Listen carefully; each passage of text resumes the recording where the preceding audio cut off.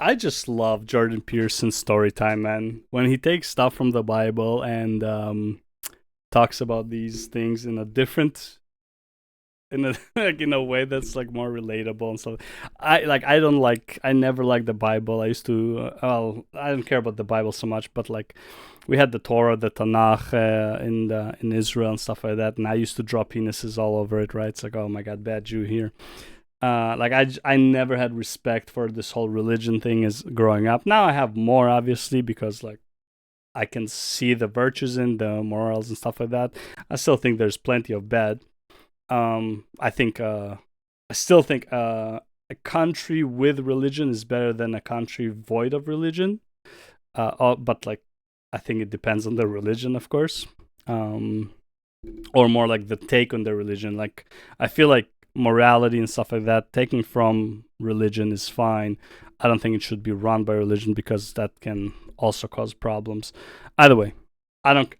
I'm not a God believer. I don't care. Like this is not about that. Anyways, I just love Jordan Peterson taking stories from like this is I believe Genesis, right? Adam and Eve, and puts it into today's world, and it's really funny, but also damn, that is actually like really fucking true. So let's hear this out. Crucial one.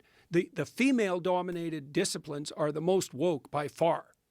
Why? And so I think it's because of that basic ethos of compassion. All who cry are babies. Well, look, that's the right default for women. Yeah. Like wise women. My wife is one of these women. She was a very good mother. She never thought adult men were babies. Like one of the things that's quite striking about my wife is that if you're a useless man, she doesn't feel sorry for you. You're not a baby. Now, she's really good at taking care of babies. And so she's discriminating in her empathy. And it's really funny. I remember when I was I think I was like 22 or 23 at the time, and I used to go to clubs a lot. Okay. And there was a few weeks where like I just couldn't, like there was no one to go with, so I just went to a club all on my own, but I wasn't really feeling it, right? And so I was a bit downish, whatever. I have never gotten as much attention from girls in a club without like actually approaching them as I did in in the times where I went when I was like kind of like sad or like just not energetic or just like like you can clearly see like I'm not in the mood. I have never gotten as much attention from women at that point, right? And so many times, like even I will go with friends, and it's like I had something on my mind, whatever, and like we passed by. I remember this so clearly. We were at a place downtown, and I was with people I usually don't hang out with, just like college friends that like whatever. Like I think it's like I hung out with them like maybe once or twice before, and I think this was the last time I was hanging out with them as well. Just like like hey, you guys want to hit the bar? Like okay, cool. And they walked past, and in my opinion, both of them were like way more good looking than me because I look like shit. And we walked past, right, and there was a table.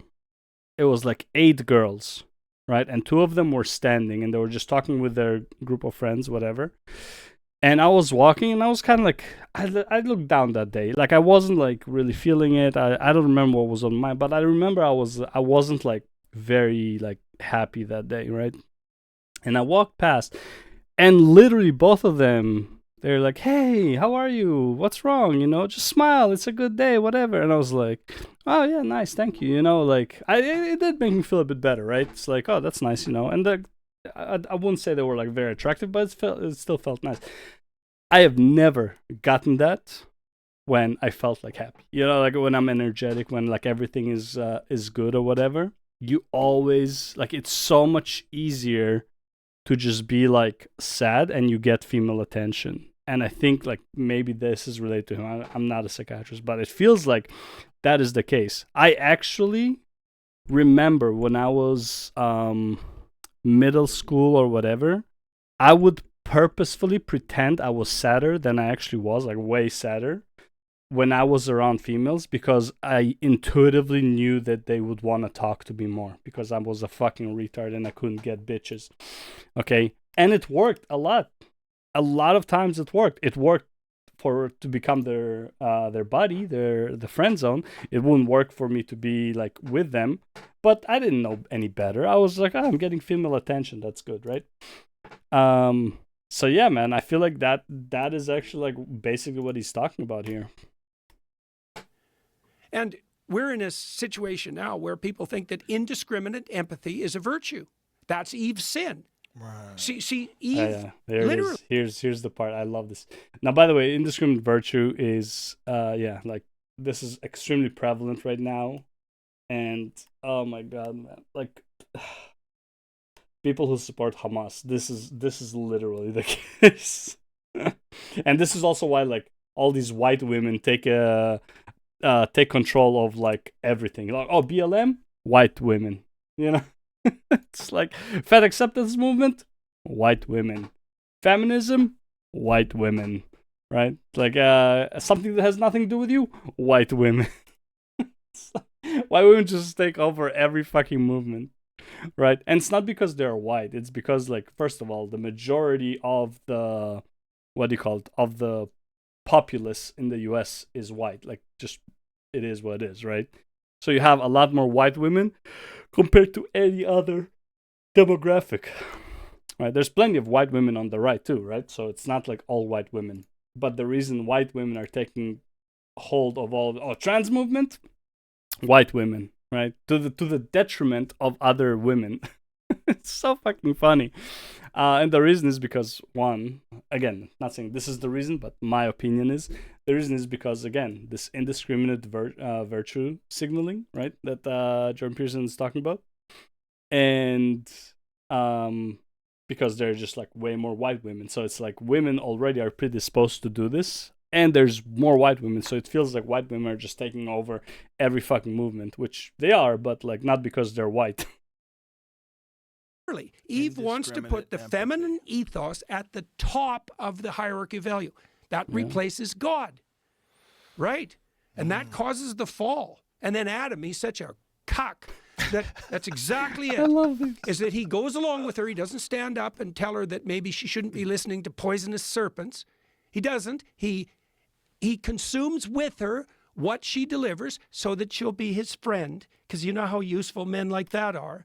Yeah. And then when the fall happens, he complains to God that God made Eve and cursed him with her.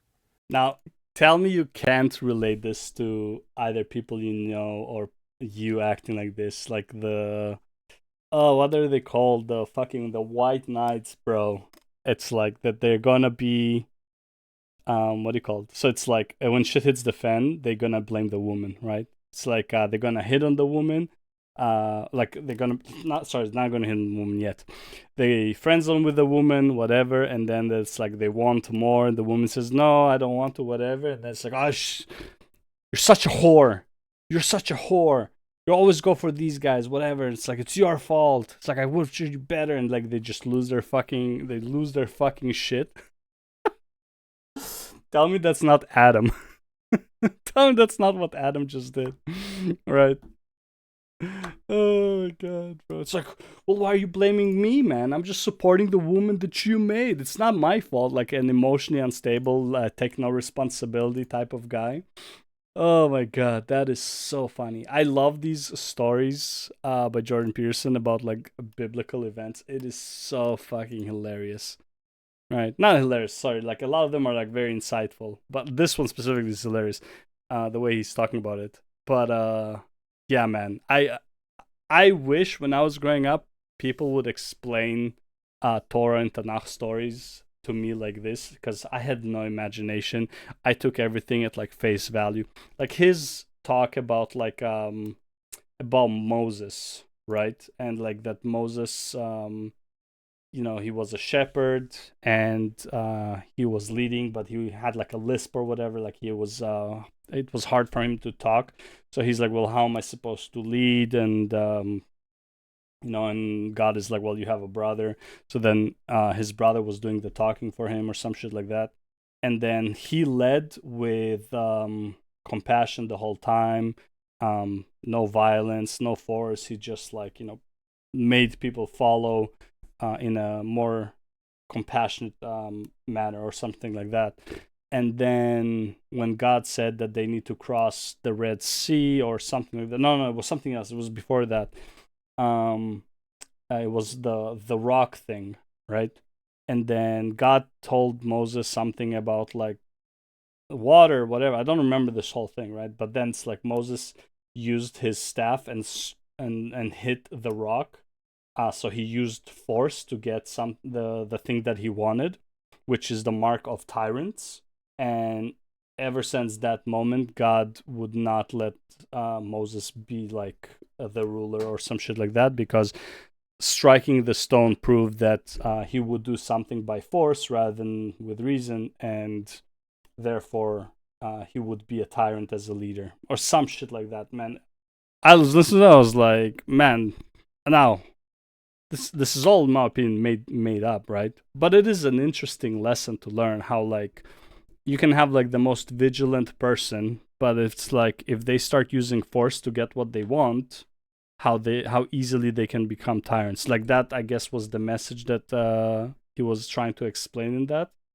And I don't know if that is the actual lesson the Bible is trying to teach you or whatever, or whatever, Tanakh, Torah, whatever. That the holy book is trying to teach you. But that is a very interesting understanding about it, and this is an interesting lesson that you would learn if somebody taught you it this way as a kid, of like, you don't want to be a tyrant. When you get things you want by force, you are closer to becoming a tyrant and stuff like that. And I feel like these stories are just so crucial for anyone who's like me, who is like, oh, the Bible is full of bullshit, whatever. And it's like, don't take it at face value. Have like these cool understandings of the concept. I think like that is really interesting, and a lot more interesting to learn about these things that way. Maybe in like 30 years I'll become religious because of Jordan Peterson. I haven't cleaned my room since the last Peterson podcast. Got the criticism of certain aspects of Jordan Peterson or Daily Wire, but all I can really say was at a low point in my life, I listened to Peterson. Okay, yeah, that's Joe. Thank you, brother. Your podcast has been a real part of my life, especially on top day. Jordan Peterson episode every couple of years is a great reminder of how quickly times are changing. Are they? I don't honestly. I feel like he still seems like the same person to me from like was 2015, 2016, right? Like when he talks about psychiatry. Now, when he applies it to other stuff, when it comes to politics, even if I agree or disagree, I can see where people are like losing their shit. But I feel like you have to separate them because they're different subjects completely. One is he's talking about the theory of an aspect in psychology or psychiatry, and the other one he's applying it in into like a real world scenario, which would then have to interact with his views on it as well, right? Because he's not like devoid of faulty reasoning, right? But I feel like most of the stuff that he talks about when it comes to politics, I mean, honestly, like if you just disagree with psychology, psychiatry, then I understand why you would disagree with this. But a lot of stuff, I'm like, yeah, that's like pretty common sense. Like the whole like this, I guess this is where he became notorious, which is basically the discussion about forcing you to use pronouns, and people are just not following the logic of that to its like final conclusion, which basically is saying, if I don't use your pronouns, I go to jail. People are like, no, you don't go to jail. It's like, yeah, you do. That is the end result, though. And it's not even that far off. It's like, if I don't use your pronouns based on, like, because it's in the law, I will get a ticket. If I don't pay the ticket, I go to jail. That is the final conclusion, right? Like, that is a very dangerous precedent to set. He has no problem of saying your pronoun. He has a problem with the fact that you are forced to say it, and not him. This is for general. And again, this is like one of the easiest subjects, right? He talks about a lot more complex issues.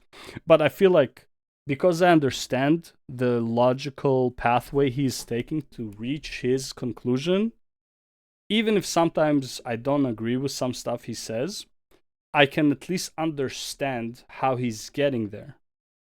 But people are just losing their shit. It's like, oh, he became a right-wing extremist. Like, for example, take his what do you call it? His economics, not economics. I have it here. Where is it?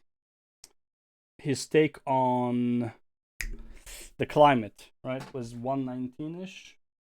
Yeah, 120. Okay, so 119, 120, something like that.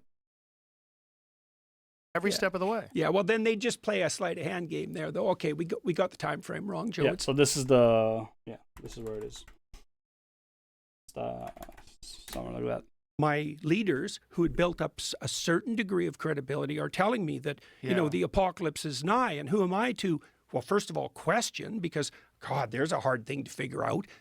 What's the global effect of human activity on the climate for the next 100 years? Well, good luck figuring that out. But this is why. Again, do we have experts that can figure it out or not? I don't know, but probably unlikely. We can only see patterns. The problem is what he's saying is basically where his hand gestures comes to play, is that our data is actually very small for the human history. I'm making it more psychological this time. It's like the climate fluctuates, and for complex reasons, but that doesn't mean that you get to look 100 years into the future and you get to conjure up an apocalyptic narrative, and you get to say, we're the only people that can save you, and you get to say, you have to change every single thing you do in your life and prioritize our concern above all else, including even the well-being of your own children, or the economic future of the Africans, for example, who don't get to use fossil fuels, right? You don't get to do that. You don't get to do that using fear and compulsion. Not only that, it's being done by people who have been wrong about everything, every step of the way. Every step of the way. Yeah, well, then they just play a sleight of hand game there, though. Okay, we got the time frame wrong, Joe. It's not 20 years. But it's not even. Yeah, so this is on like climate change and like stuff like that. And honestly, I mean, I agree with him for a completely different reason, a more narcissistic reason. So like I'm not gonna argue with him. I think the biggest problem with people making the argument for climate change is that the people who are saying that they're the most concerned about, I'm not talking about the rioters and the like fucking stop oil whatever, like orange idiots. I'm talking about like the experts who are saying this. The biggest problem is that they're fucking hypocrites. You have your fight oligarchy tour, for example. What's his name? Bernie, I don't even know. Sanders, fight oligarchy, private plane. I can't type for shit. Bernie Sanders and AOC use private plane. Right. Spent $221,000 on private jets amid fighting oligarchy tour. It's the hypocrisy of it all. Okay? Bro, you are the oligarchs. Like, let's be real. Like, yeah, you're the politicians, but like come on. $220,000. And also, whose $220,000 did you use? Obviously, taxpayer, because that is also who gives you your salary. Boarding private jet on fighting oligarchy tour. It's like, bro, what are we doing? Right? And then we had the whole like what do you call it? AOC spotted first class, like right away. Spot in first class. Right? Like why like how are you making this argument? Like the hypocrisy of it all. It's like, how can you even be trusted? And I think that plays a massive role in like why people will never, aside from like some lunatics, will never care. No matter how many good points you're gonna make about climate change, vast majority of people are not gonna care because you don't even practice what you preach. All of these rich people who are like, oh man, like the tides are rising because climate change or like global warming, and the ice in the Arctic is melting, and therefore like the tides are gonna rise. Meanwhile, all of these rich people who are saying it are buying fucking seaside villas in Miami, right? It's like, oh, I thought the tide is rising. How come you're buying all of this really expensive shit? How come the insurance on it is not as high as it should be, right? Like, how do you expect anyone to take this argument seriously? You know, personally, I don't. But I also have, like I said, a slew of other reasons about not caring about it, which come from a very narcissistic place. I am self-aware. But like, yeah, like, fuck off. It's like nobody's gonna take you seriously, right?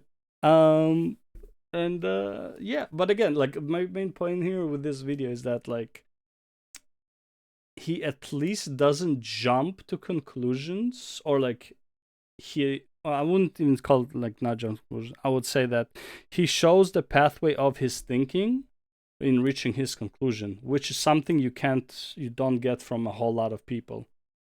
Like, take Candace Owens, right? Because I love shitting on that idiot, right? Space is fake and gay because she read a book by some guy, I think it was an astronaut or whatever, and because he said something, it's like, it's true, it's a fact, it's a fact, it's a fact. Though if you have to say it's a fact, it's probably not a fact.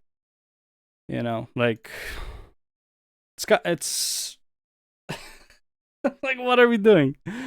You know? So yeah, so at least I can see his pattern of thought. Candace Owens, people like Candace Owens is just like, I read this, so it's a fact. Space is fake and gay, and dinosaurs are not real because only paleontologists, what do you call them? What do you call people who uncover ancient artifacts and dinosaur bones or whatever? Paleontologists, yeah. Paleontologists, right? It's like, oh, how come like all of these things are discovered only by paleontologists? It must be fake. And it's like plenty of fucking evidence of just random people finding it, but it's like also like, how come this like, how is this cancer expert doctor found all of these tumors that I have? How come I, a normal person, can't find these tumors? Because like his job is to find them. It's like so stupid, man. Yeah, I don't know. People take her seriously. It's crazy.